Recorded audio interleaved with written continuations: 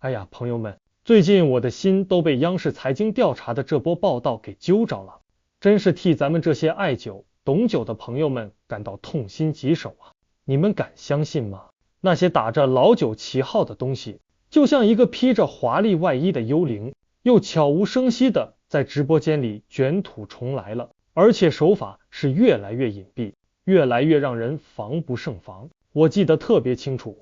报道里提到了一款所谓的贵州大曲，直播间里那主播说的那叫一个天花乱坠啊，什么20年坤沙老酒，听着就让人心痒痒，价格还飙到899元一瓶，简直是把咱的智商按在地上摩擦。结果呢，记者一查，这玩意儿根本就不是那么回事儿，它呀就是用那几块钱一斤的熟串酒兑点调色酒，再加点良香口感，成本可能连一杯奶茶都比它贵。这就像你花了一辆跑车的钱，结果买回家发现是辆自行车，你说气不气人？更离谱的是，那酒瓶子故意做旧，印着2005年的生产日期，想骗你以为真是老物件，结果它执行的标准竟然是今年6月1号才实施的酱香型白酒新国标 GB/T10781.42024 白酒质量要求第4部分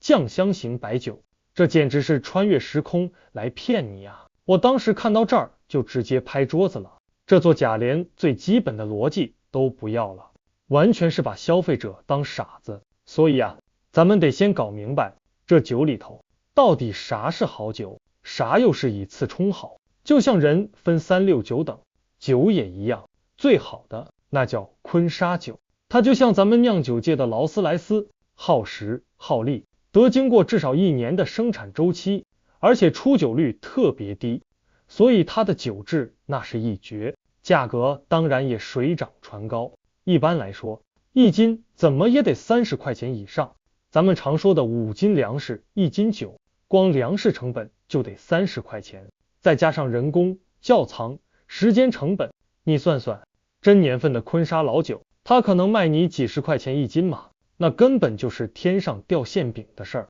但天上掉下来的往往不是馅饼，是陷阱。接着是碎沙酒，它也算纯粮酒，但工艺就简单多了，发酵时间也短，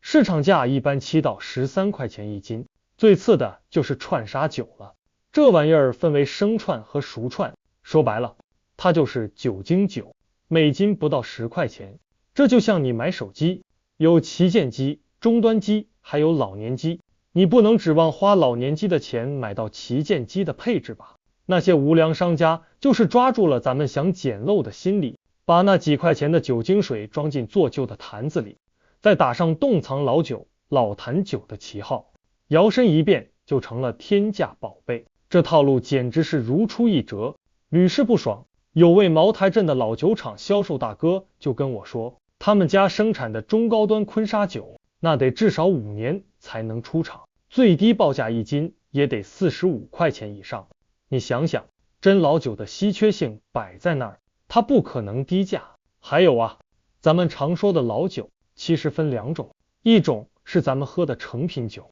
另一种是酒厂用来调味的酒。这调味酒那可是酒厂的传家宝，是调酒师手里的魔法棒，一般酒厂根本不外卖的。那些真正有底蕴的酒厂都有自己的老酒库存，甚至有些大酒厂还会专门去收购老酒，按年份和酒质，一斤能卖到几千甚至上万元，这价格听着就让人啧舌吧。可是有些人为了制造老酒库的假象，故意把酒库做旧，甚至往酒坛上喷淀粉，让它们更容易发霉，就为了骗你这是岁月沉淀的痕迹，真是把演技都用在这上面了，可悲可叹。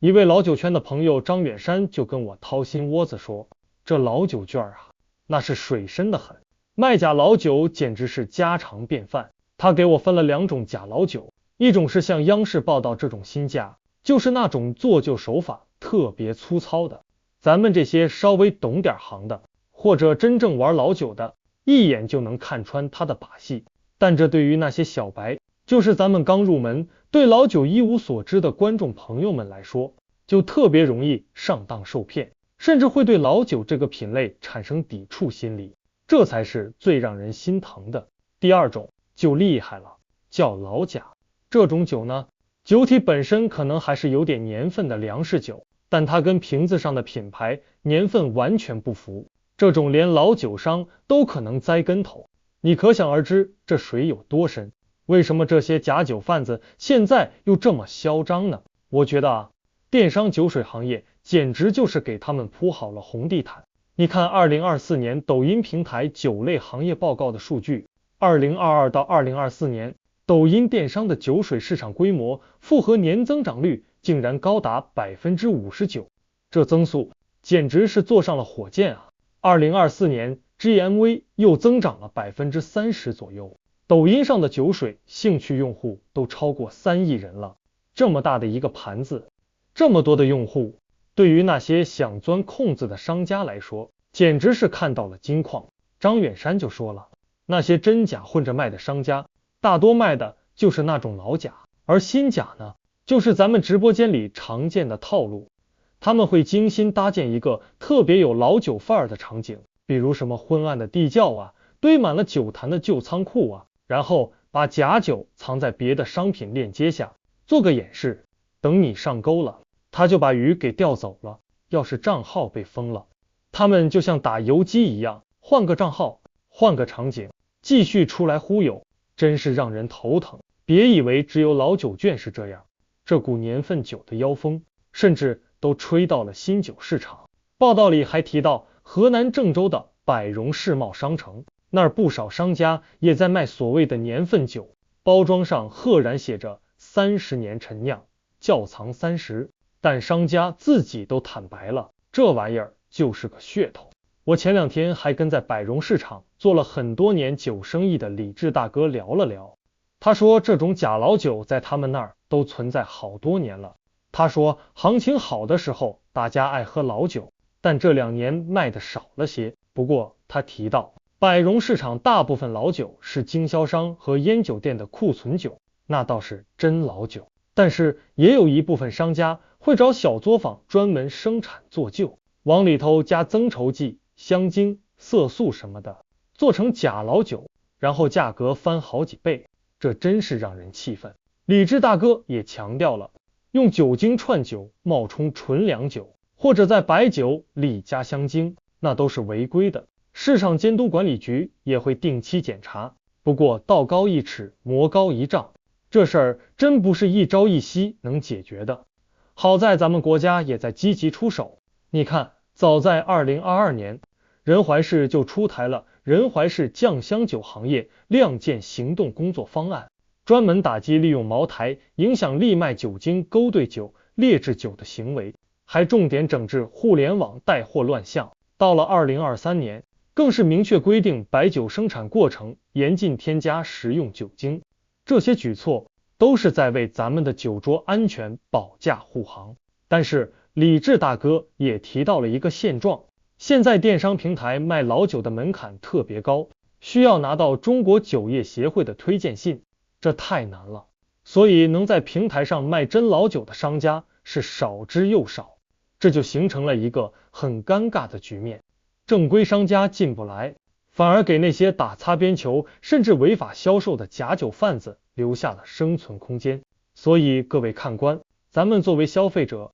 真的是任重道远啊！买酒这事儿，尤其是买所谓的老酒或者年份酒，真的得擦亮眼睛，别光听那些天花乱坠的宣传。记住我说的这几点，价格低的离谱的老酒，它大概率不是真的，包装上写着生产日期却用着新标准的产品，那是明目张胆的骗你。那些宣传的神乎其神的洞藏、老坛，很可能就是个套路。咱们买酒还是要从正规渠道，选择有信誉的品牌，不懂的就多问问，多查查，别让那些假老酒又蒙蔽了咱们的双眼，伤了咱们的钱包，更伤了咱们的心。希望咱们的酒水市场能越来越清澈，让咱们都能喝上真正的美酒，而不是那装在陈旧老瓶里的酒精水。好了，我今天就讲到这里，谢谢各位。